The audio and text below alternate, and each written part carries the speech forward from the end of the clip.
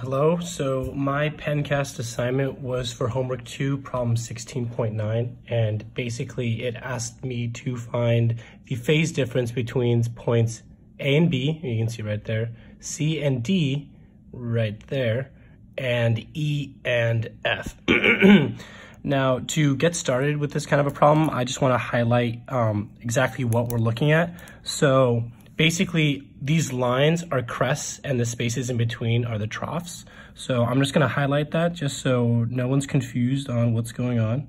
So the troughs are these regions in the middle. And then the crests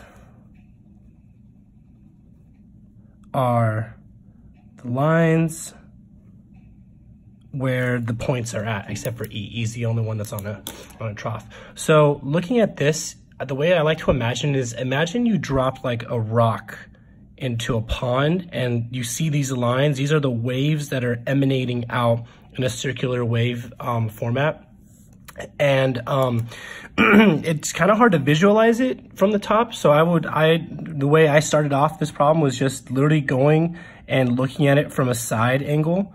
And so this middle space is kind of negative, so I just kind of interpreted that as the starting trough of where the rock landed. So to draw it sideways, I just kind of went like this, and there's one wave, two waves, and then three waves. Sorry, also, I'm pretty sick, so if I'm coughing and sneezing, I'm sorry. And then we're gonna label these waves 1, 2, and 3, so we know what we're talking about.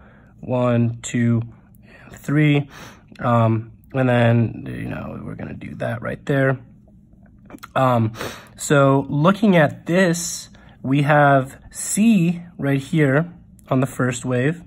We have on the second wave, A, B, and F. So we're gonna put A, B, and F. And then the only one on the third wave is D. And in between waves 1 and 2, we have point E, which is the only one that's on our trough. And so you have to kind of know that basically at where C is right here, we have the value of 2 pi, like that. And then right here is going to be 3 pi, 4 pi, 5 pi, I don't want to write it in because there's no problem to do there. And then we have 6 pi over here. So basically, let's start off with the first problem right here. It's A and B. So we're going to write number 1, A and B, and calculating the wave, the phase difference between the two. Now, if you look, A and B are actually on the same wave. Even though they're on completely different sides, they're on the same entire wave. So there's actually no phase difference between the two. So the phase difference is actually just 0. And phase difference is basically calculated by phi 2 minus phi 1. But since these two are on the same wave, there's no phase difference at all. It's more of like an optical illusion that you think that they're at two different points, that there would be a phase difference, but it's in relation to one crest or trough away from each other. If they're on the same wave, there is no phase difference. So then let's take a look at 2, because 2 definitely has a different scenario going on. I'm going to highlight it with a new color, just add clarity. We have C and D, which if you look, there's this whole gap in between C and D. And that can also be noted right here along these two wave crests. And we have this entire distance. So if you look, there's 6 pi down over here, and then there's 2 pi over here. And we can denote this as phi 2 and then phi 1. And if we use our handy equation, phase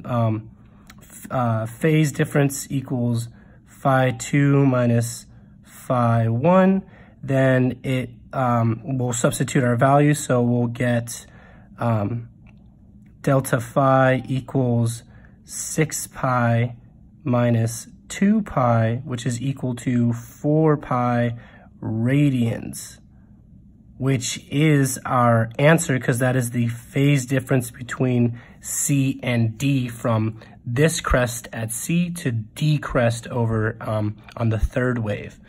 And then we'll look at the final part of the question, which is asking us to look at the phase difference between E and F.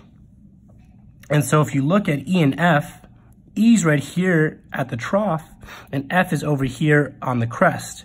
But like we noticed in A and B, in the fact that there's no phase difference between the two, so that way you can treat them almost kind of like the same point.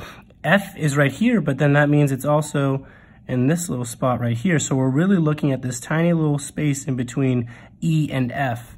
And so you can actually look at that and you can see that there's F right here and then there's E down here. So looking at it down here, we have 3 pi, we have 4 pi, and we're looking at the phase difference between the two.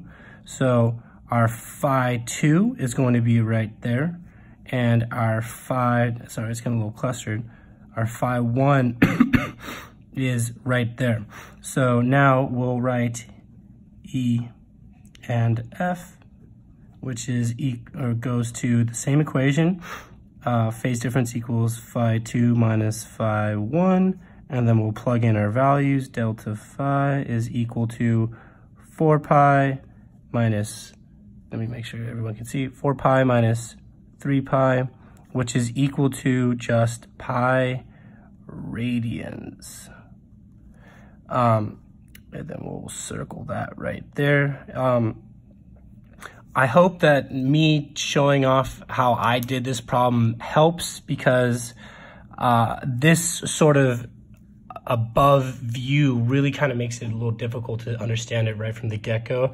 I really would suggest doing it in this sort of format because you can see where the crests and the troughs are, you can see the distances between them, and then you just literally just have to plug them into the equation, then you can pretty easily find the phase difference between these points for a circular wave. I hope you enjoyed my explanation of it. Thanks for coming to my TED Talk, and I hope you have a great rest of your day.